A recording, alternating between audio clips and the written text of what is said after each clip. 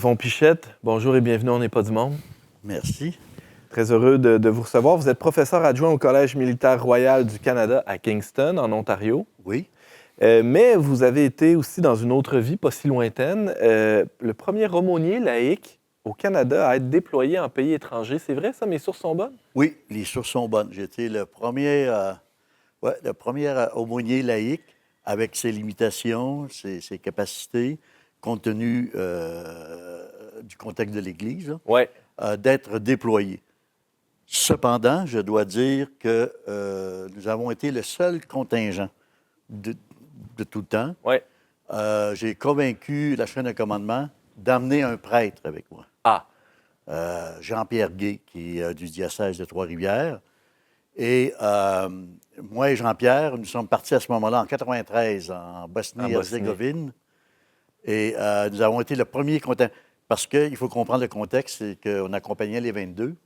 Le Royal 22e Régiment. Oui. D'ailleurs, c'était le 2e régiment, c'est ça. Et puis, normalement, il y a tout le temps un protestant et un catholique. Mais là, je regardais et je disais, il y a peut-être quoi? 3 protestants, puis 600 catholiques. Alors, je voyais que la charge de travail ne faisait pas vraiment sens, si on voulait donner une qualité, si on voulait être des prophètes signifiants pour ces gens-là. Ouais. Donc, j'ai convaincu la chaîne de commandement et ça a été le seul contingent. Non seulement j'ai été déployé dans une zone de guerre, mais aussi avec un prêtre, Jean-Pierre, qui est un ami pour le restant de mes jours. J'imagine. Oui. Yvon Pichette, déjà, là, pour les Québécois qui nous écoutent, un aumônier laïque, il y a une espèce de contradiction là-dedans. Parce qu'on a une vision de la laïcité ici qui, comme quoi l'État et l'Église, tout ça, ça devrait être extrêmement séparé, jamais se parler. Il ne doit pas avoir d'interférence entre les deux. Et là, vous êtes à la fois un employé de l'État, à ce moment-là, là, évidemment, de l'État fédéral, dans les forces canadiennes.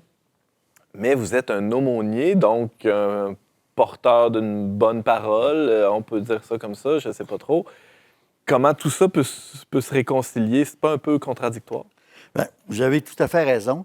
Je vais prendre le temps de vous situer un peu le contexte. Ça m'intéresse.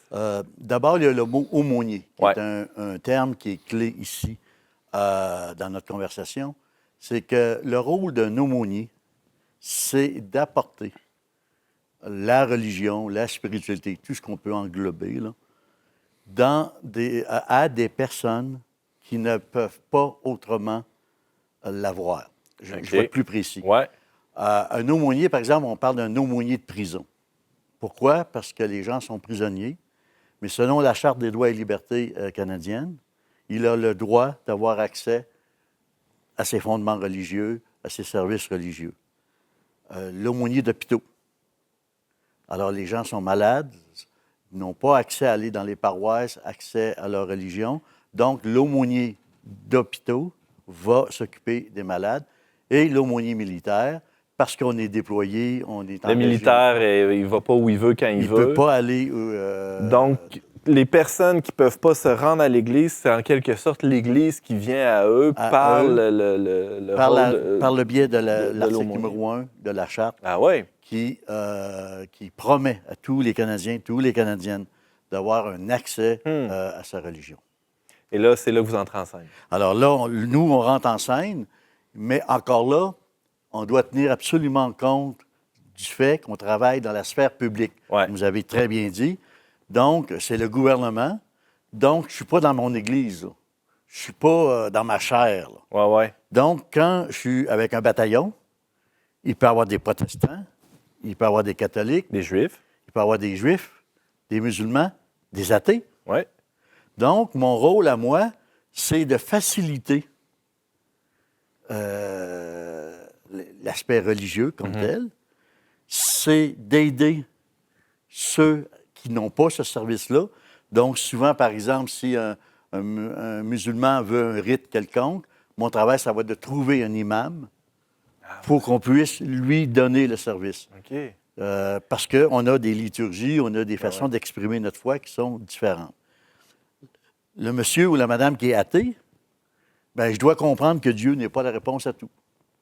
Alors, il faut que... Mais ça se peut qu'ils viennent vous voir quand même pour vous poser Tout des à fait. questions sur le sens de la vie ou de la sens de la guerre qu'il est en train de vivre. Tout à fait, parce que le rôle de l'aumônier, on doit l'admettre, c'est une question de crédibilité aujourd'hui. C'est très, très rare que quelqu'un va dire est-ce que tu es aumônier catholique? Est-ce que tu es aumônier protestant? Es-tu un baptiste? Ça n'intéresse pas vraiment les gars et les filles. Souvent, bon, j'aime ça faire des petites choses comiques de temps en temps. Je dis souvent on emmène l'aumônier, on ne sait pas pourquoi, mais on le veut avec nous autres. Oui, c'est ça. C'est un peu ça, la réalité. Qu'on appelle encore le padré ou... On appelle le padré, oui. Oui? Oui. D'ailleurs, qui est un terme dérangeant pour un laïc. Ben oui. Mais j'ai compris, après un certain temps, que c'est la croix qu'on honorait et non pas la personne. Mais pour un laïc, c'était dérangeant de se faire appeler padré. Oui, je suis père d'une fille, mais je ne suis pas père dans l'Église. Alors, mais il y a une fonction, il y a un rôle quand même. C'est ça. Alors, on s'habitue. Alors, c'est une question de crédibilité et notre rôle, c'est d'être capable d'intervenir où les besoins sont, soit qu'ils nous sont communiqués par nos soldats, ou soit qu'on va les chercher, on les comprend. C'est quoi les besoins des soldats? Par exemple, en zone de guerre, là, parce que vous en avez accompagné en Bosnie, entre autres, et ailleurs peut-être. Vous avez été déployé ailleurs aussi? Oui, j'ai été en Afghanistan plusieurs fois, j'ai été déployé à Chypre, j'ai été un peu partout. C'est quoi les besoins des gars, des filles sur le terrain? Tout d'abord, plusieurs d'entre eux ou d'entre elles ne sont pas conscients des besoins qu'ils vont avoir. Et c'est vraiment une chose réelle. Combien de nuits j'ai passé dans des tranchées à parler avec des soldats et faire une boutade à la fin en disant « Hey, on a parlé d'amour, on a parlé de Dieu pendant toute la nuit, merci. » Non, non, Padre, on n'a pas parlé du bon Dieu. Comprenez-vous, dans le sens que notre rôle à nous autres, c'est de peut-être remplir un aspect que la vie dans une guerre, des aspects qu'on ne retrouve pas dans la vie d'une guerre, ou même des fois dans la vie courante.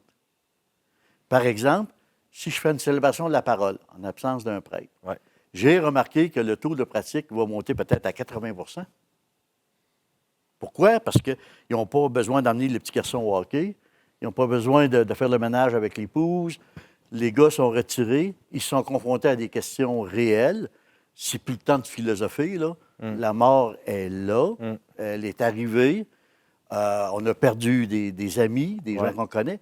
Donc, ils vont plus à l'essentiel, puis ils se fient beaucoup sur nous pour les amener à comprendre l'essentiel. Parce que notre société n'a pas cette capacité, je dirais, d'initier notre population à ces phénomènes-là. Mais dans une zone de conflit, on est confronté à ces questions-là du sens de la vie, du sens de la mort. Les acteurs du conflit, les soldats, sont bombardés, là, le jeu de mots est peut-être malvenu, mais d'informations et sont forcés de se poser ces questions-là du sens de leur vie. Donc, c'est pour ça qu'ils participent à une célébration de la parole avec vous, c'est ça? C'est-à-dire qu'ils savent qu'il y a des questions, mais on peut les aider beaucoup à les préciser. OK. On peut les aider à ce qu'ils puissent les répondre. Je n'ai jamais prétendu que j'avais les réponses à tout, mais je sais que l'Esprit est là, et je sais qu'eux aussi ont l'Esprit, et je sais que l'Esprit va se manifester. Parce que si le Christ n'est pas où les gens se font bombarder, se font martyriser, où est-il? Quand les soldats reviennent du front, il y a des traumatismes, nécessairement. C'est quoi votre rôle dans cet accompagnement-là? Il faut dire que je ne suis pas psychologue. J'ai quelques connaissances, tout ça, mais mon rôle est vraiment celui d'être un aumônier. C'est-à-dire que souvent, il y a un aspect spirituel que le psychologue n'ira pas nécessairement visiter ou que le médecin n'ira pas visiter, peut-être. Je vais vous donner un cas précis. À un moment donné, une petite fille qui est dépressive. Elle revient d'un tour, elle est dépressive. Pendant le tour, son papa est décédé. Et puis le psychologue, le médecin, tout le monde s'occupe d'elle. On tente d'y donner de la médication, tout ce qu'il faut pour prendre soin d'elle, pour qu'elle puisse remonter. Elle ne remonte pas. Le médecin vient me voir et il dit, Padre, faites quoi? Parce que quand on vient voir l'aumônier, c'est pas mal en C'est le dernier ressort. recours. Alors, j'ai dit oui. Alors, j'ai dit, la jeune fille rentre à mon bureau. J'ai commencé à discuter avec elle. C'est sûr, je n'ai pas parlé de psychologie, je ne suis pas psychologue. Ouais. Je n'ai pas parlé de médecine, je ne suis pas médecin. J'ai parlé un peu de spiritualité, de relation avec son père. Quel genre de relation tu avais avec ton père? Mon père, c'était mon héros et tout ça. À la fin, on a découvert, faire une histoire courte, on a découvert, sa question était, est-ce que mon père est encore vivant? Elle aimait son père. On lui avait dit qu'il était disparu. Mais à quelque part en elle, elle avait cette question qu'elle n'osait pas poser à personne. Ouais. Papa, et puis-tu me voir? Et puis-tu m'écouter? Et à partir du moment où on a cheminé spirituellement sur cette question, la petite fille a commencé à remonter. Et votre bureau était un espace où cette question-là pouvait être posée, pouvait être verbalisée. En fait, elle doit être. C'est ça. Sinon, je ne ferais pas mon travail. C'est ça. Oui, elle doit être. Je dois effectivement supporter les Forces armées canadiennes dans mes capacités. Ouais. Puis je me dois d'être compétent, je me dois d'être à l'affût, je me dois d'être où la misère est. Ouais. Parce que le Padre, quand ça va bien, c'est pas nécessairement la première personne qu'on C'est va. pas le plus utile. C'est pas le plus utile. Mais si vous saviez la foi de nos gens, c'est incroyable. Ouais. Ah, le Padre est avec nous autres, il n'arrive à rien. Hmm. Hey, les gars, je ne suis pas sûr. Padre, vous êtes là, il n'arrive à rien. Vous êtes le porte-bonheur. OK. Ben, on va faire une petite prière, OK? Parce que il y a un peu, c'est leur foi. Il y a un Ouais. petit peu de magie, les médailles, Ouais. des choses comme ça. On a fait une célébration œcuménique en 93 où les Serbes étaient invités, les musulmans étaient invités, les Croates étaient invités, les protestants déployés de différents pays étaient invités et les catholiques. Ah ouais. Bon, c'était une célébration œcuménique, entre guillemets, parce que c'était au début. 93, on commençait à peine, tout ça. C'était la première fois que ça se faisait.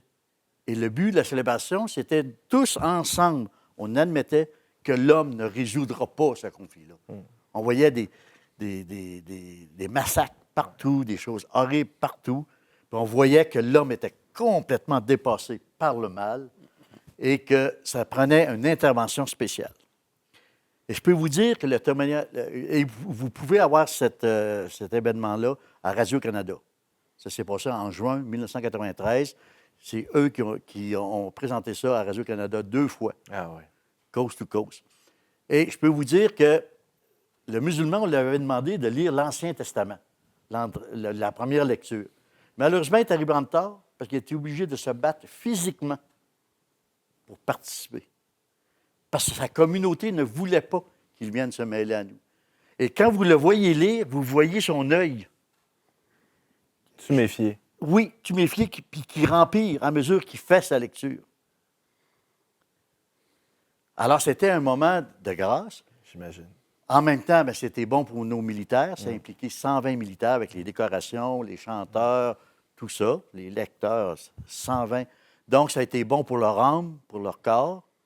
Et puis, naturellement, on avait invité des enfants, puis on avait donné des bonbons aux enfants, des choses comme ça, pour le moral des troupes. Ça leur faisait du bien de faire du bien. Et puis, et le fait que c'était présenté à Radio-Canada, la deuxième fois, c'était le deuxième dimanche de janvier, après la fête de Marie.